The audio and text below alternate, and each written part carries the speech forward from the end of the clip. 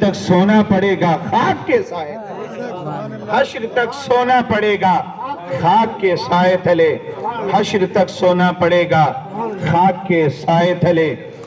سب سے پہلے ہم اور آپ مل کر اپنی اور ساری کائنات کے مرکز عقیدت، جانے تمنا، خلد نظارہ، شہر آرزو، صبح کائنات کے شمس الضحیٰ، شام کائنات کے بدر الدجا، حضور محمد رسول اللہ صلی اللہ تعالی علیہ وسلم کی بارگاہ اقدس میں محبتوں کی تھالیوں میں درود پاک کا نذرانہ سجا کر پیش کریں اور غلامی کا ثبوت دیتے ہوئے پڑھیں، اللہم صلی علی سیدنا شفیعنا حبیبنا کریمنا ملجانا محمد بارک وسلم صلاۃ و سلاما علیک یا رسول اللہ صلی اللہ تعالی علیہ وسلم۔ میری آواز تو اس قابل نہیں ہے کہ میں آپ حضرات کے روبرو ہو کر کچھ گنگناؤں۔ ابھی آپ نے بڑی اچھی آواز میں نعت نبی صلی اللہ تعالی علیہ وسلم سماعت کی۔ میں یوں ہی آپ سے عرض کروں شادی کے متعلق چند اشعار۔ زبیر بھائی ہے کہ نہیں؟ ہے ماشاءاللہ۔ جشن ملاحظہ کریں، جشن شادی منانے کے دن آ گئے۔ زبیر بھائی، جشن شادی منانے کے دن آ گئے، ان کو دولہا بنانے کے دن آ گئے۔ سبحان اللہ۔ جشن شادی منانے کے دن آ گئے، ان کو دولہا بنانے کے دن آ گئے، اور ماں نے دے کر دعائیں خوشی سے کہا، ماں نے دے کر دعائیں خوشی سے کہا، کیا؟ چاند سی دلہن لانے کے دن آ گئے، چاند سی دلہن لانے کے دن آ گئے۔ اور یہ دل، یہ والد کا خوش ہو کے کہنے لگا، دل یہ والد کے معنی باپ ہوتے ہیں، فادر، عاشق بھائی، دل یہ عاشق بھائی کا خوش ہو کے کہنے لگا، گھر پہ جلسہ سجانے کے دن آ گئے، گھر پہ جلسہ سجانے کے دن آ گئے، گھر پہ جلسہ کرانے کے دن آ گئے۔ اور صدقے پنجتن، صدقے پنجتن، پنجتن پاک کے چاہنے والوں، صدقے پنجتن، اے میرے دوستوں، صدقے پنجتن، اے میرے دوستوں، آج دل سے لٹانے کے دن آ گئے، آج دل سے لٹانے کے دن آ گئے۔ اور جشن شادی میں دیکھو ذرا اے معین، جشن شادی میں دیکھو ذرا اے فہیم، نعت سننے سنانے کے دن آ گئے، نعت سننے سنانے کے دن آ گئے ہیں۔ اور چند اشعار بہت ہی خوبصورت، امید ہے کہ انشاءاللہ آپ کے دل میں اتریں گے اور اثر کریں گے، اور انشاءاللہ ایمان میں بھی تازگی پیدا ہوگی۔ کہیے سبحان اللہ، سبحان اللہ، اور ایک مرتبہ کہیں یا رسول اللہ، یا رسول اللہ۔ عطا کر، دعائیہ جملے ہیں، عطا کر اے خدا صدقہ، عطا کر اے خدا صدقہ علی زہرا کی شادی کا، عطا کر اے خدا صدقہ علی زہرا کی شادی کا، رہے اس شادی پر سایہ علی زہرا کی شادی کا، رہے اس شادی پر سایہ علی زہرا کی شادی کا۔ اور اگلا شعر، جو رشتہ ہو چکا ہے اب وہ جنت تک رہے قائم، جو رشتہ ہو چکا ہے اب وہ جنت تک رہے قائم، تجھے ہے واسطہ مولا علی زہرا کی شادی کا، تجھے ہے واسطہ مولا علی زہرا کی شادی کا، مبارک ہو زبیر بھائی، مبارک ہو، مبارک ہو تجھے شادی، مبارک ہو، مبارک ہو، مبارک ہو تجھے شادی، مبارک ہو، تمہاری شادی میں چرچا علی زہرا کی شادی کا، تمہاری شادی میں چرچا علی زہرا کی شادی کا۔ اور نظر آتے ہیں جو چاروں طرف سید زمانے میں، نظر آتے ہیں جو چاروں طرف سید زمانے میں، نظر آتے ہیں جو چاروں طرف سید زمانے میں، بتاؤ صدقہ ہے کس کا؟ بتاؤ صدقہ ہے کس کا؟ علی زہرا کی شادی کا۔ سبحان اللہ۔ بتاؤ صدقہ ہے کس کا؟ علی زہرا کی شادی کا۔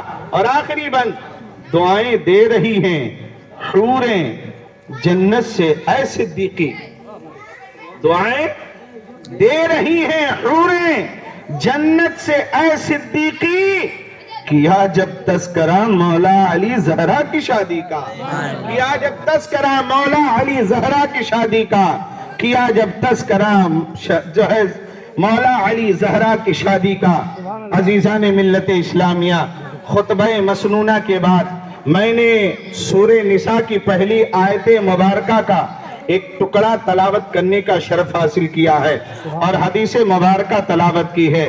اللہ تبارک و تعالی قرآن کے چوتھے پارے میں ارشاد فرماتا ہے، ان اللہ کان علیکم رقیبا، بے شک اللہ تمہیں ہر وقت دیکھ رہا ہے، بے شک اللہ تمہیں ہر وقت دیکھ رہا ہے، چاہے میلاد کے اندر ہو یا میلاد کے باہر ہو، روڈ میں ہو یا مکان میں ہو یا بستر پہ ہو، یا اچھا کر رہے ہو یا برا کر رہے ہو، عبادت کر رہے ہو یا جو ہے جو غلط کام کر رہے ہو، شراب نوشی کر رہے ہو یا جوا بازی کر رہے ہو، پتنگ بازی کر رہے ہو یا تاش بازی کر رہے ہو، کچھ بھی کر رہے ہو، ہمیشہ ہم اور آپ اللہ کی نظر میں ہیں۔ رب ذوالجلال کا فرمان عظیم ہے، ان اللہ کان علیکم رقیبا، بے شک اللہ تمہیں ہر وقت دیکھ رہا ہے۔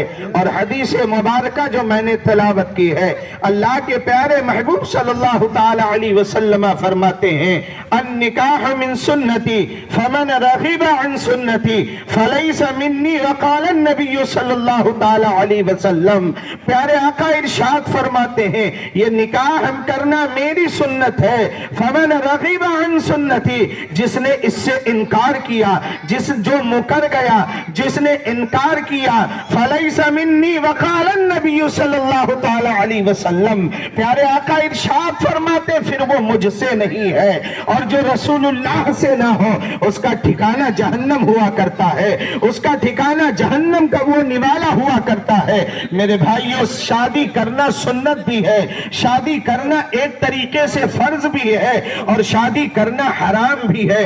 اگر اللہ نے مال استطاعت دی ہے، اس کے باوجود اگر آپ شادی نہیں کر پا رہے ہیں اور نہیں کر رہے ہیں، بچہ گناہوں کی طرف ملوث ہو رہا ہے، تو اس کا ذمہ دار اس کا باپ ہے، اگر بڑا بھائی ہے تو وہ ذمہ دار ہے، ماں ذمہ دار ہے، اس کے اہل خانہ ذمہ دار ہے۔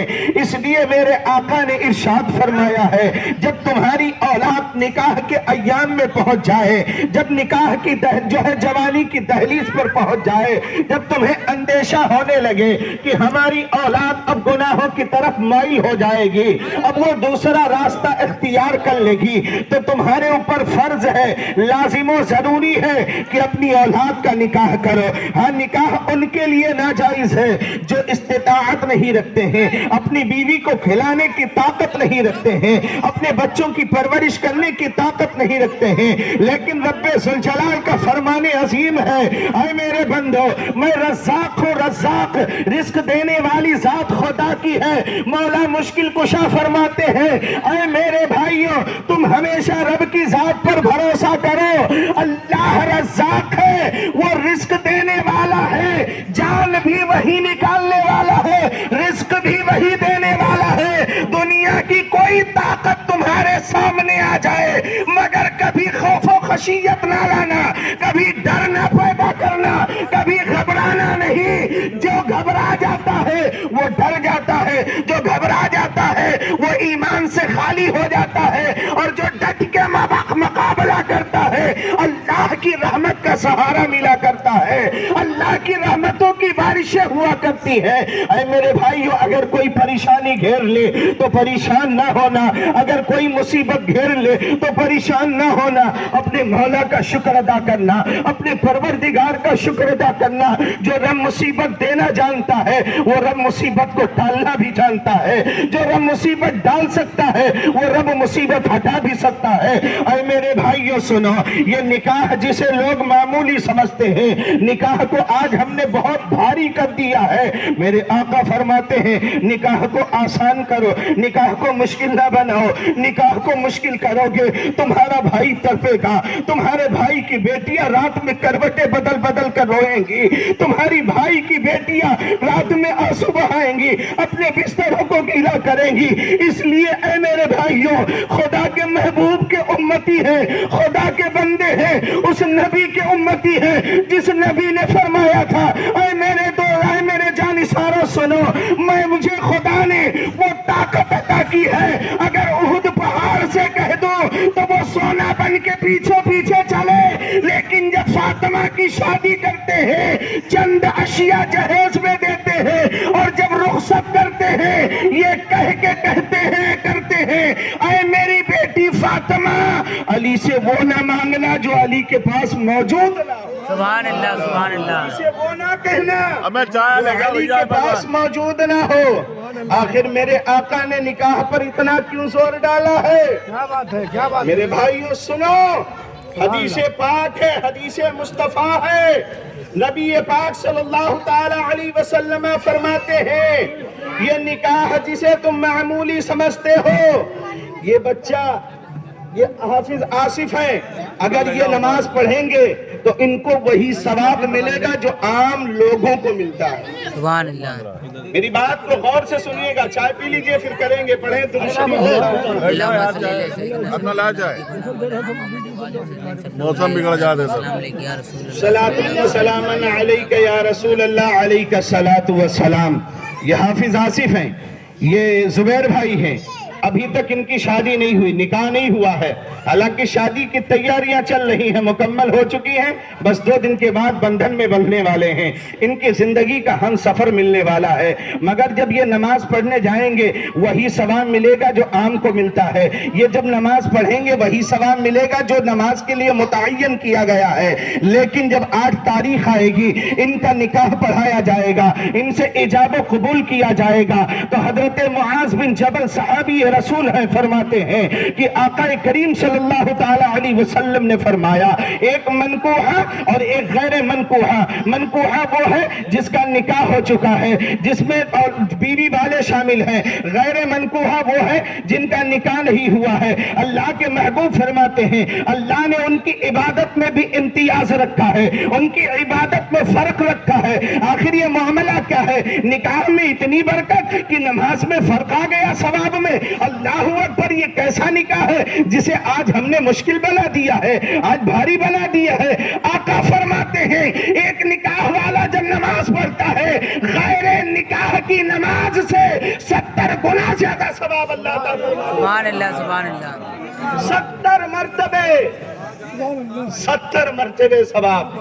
میرے بھائیوں، نکاح کو مشکل مت بناؤ، نکاح کو آسان کرو۔ کیا بات ہے۔ میرے بھائیوں، اگر کہوں گا تو برا لگے گا، میں ہاتھ جوڑ کر معذرت چاہتا ہوں، معافی مانگتا ہوں، جہیز کو لگایا نہ کرو، جہیز کو دکھایا نہ کرو۔ آخر ہم اپنی بیٹی کو رہے داماد کو اس کو دے رہے ہیں تو پھر نمائش کرنے کی کیا ضرورت ہے؟ نمائش اگر کرو گے دکھاؤ گے تو جب غریب کی لڑکیوں کی نظریں پڑیں گی ان کا کلیجہ پھٹ جائے گا، ان کی آہیں خدا تک پہنچیں گی تو پھر خدا کیا کرے گا؟ ہم خود اللہ نے عقل سلیم عطا فرمایا، ہم سمجھ سکتے ہیں۔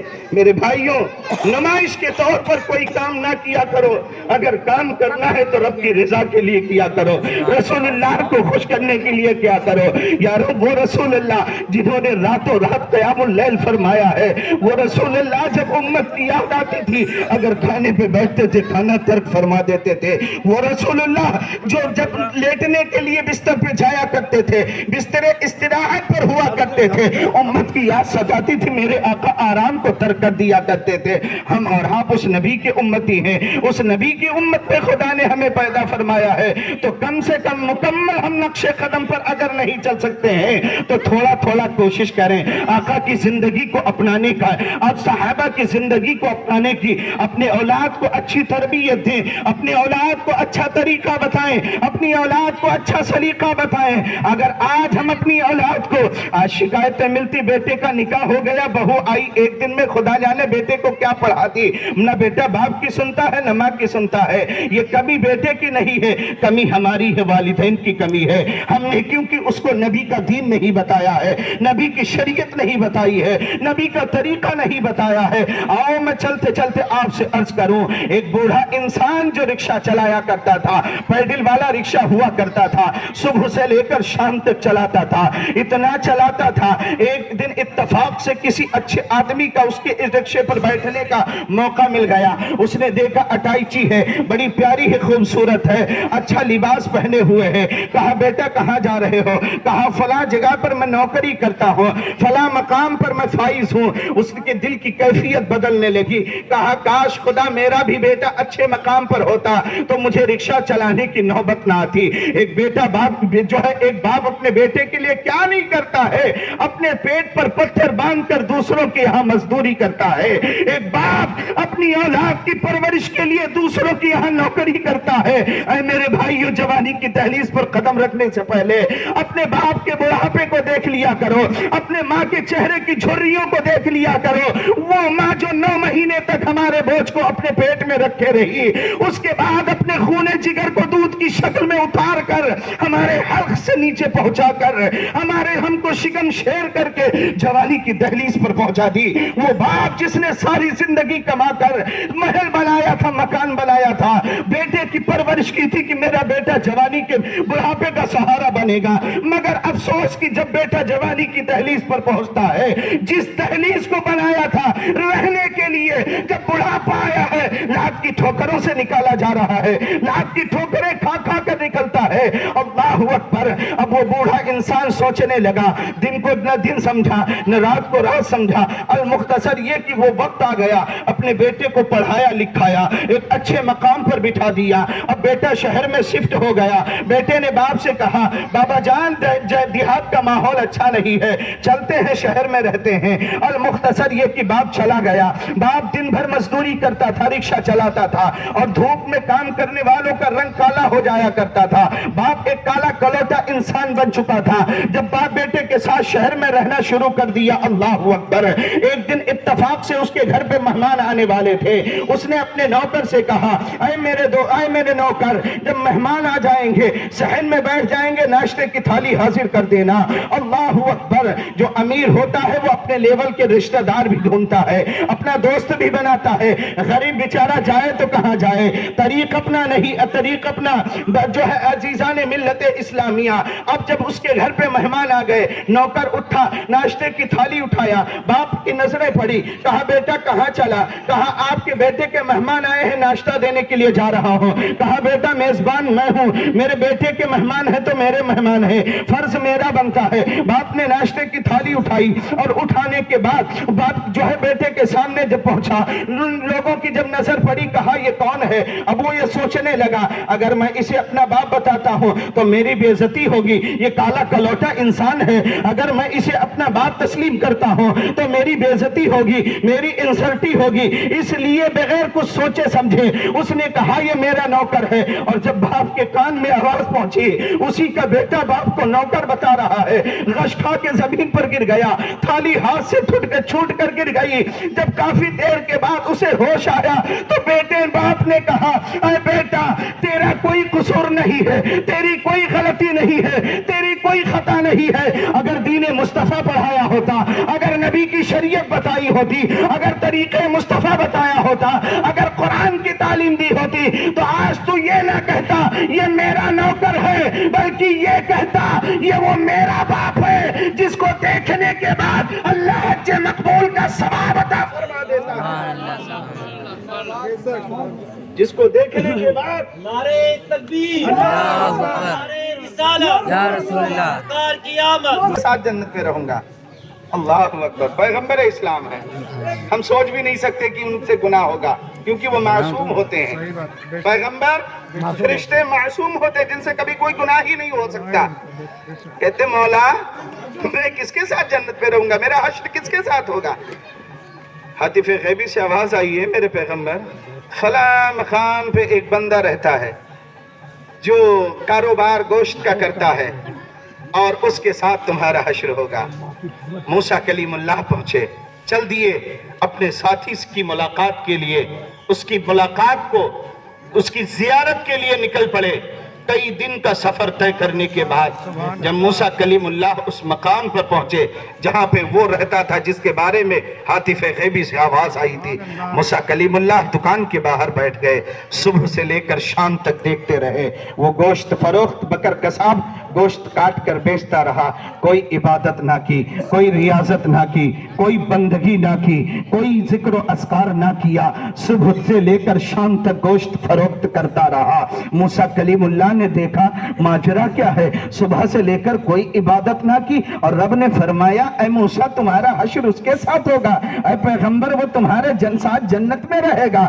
اللہ اکبر، وہ سوچنے لگے کہیں ایسا تو نہیں میں دھوکہ کھا گیا ہوں، لیکن موسیٰ کلیم اللہ نے کہا چلو اس کے ساتھ چلتے ہیں، دیکھتے ہیں۔ کہا اے میرے بھائی میں مسافر آدمی ہوں، اگر آپ کی اجازت ہے تو میں آج رات آپ کے یہاں گزر کر لوں، آج رات آپ کے یہاں قیام کر لوں۔ اس شخص نے کہا بالکل جی بالکل آپ چلے میرے گھر۔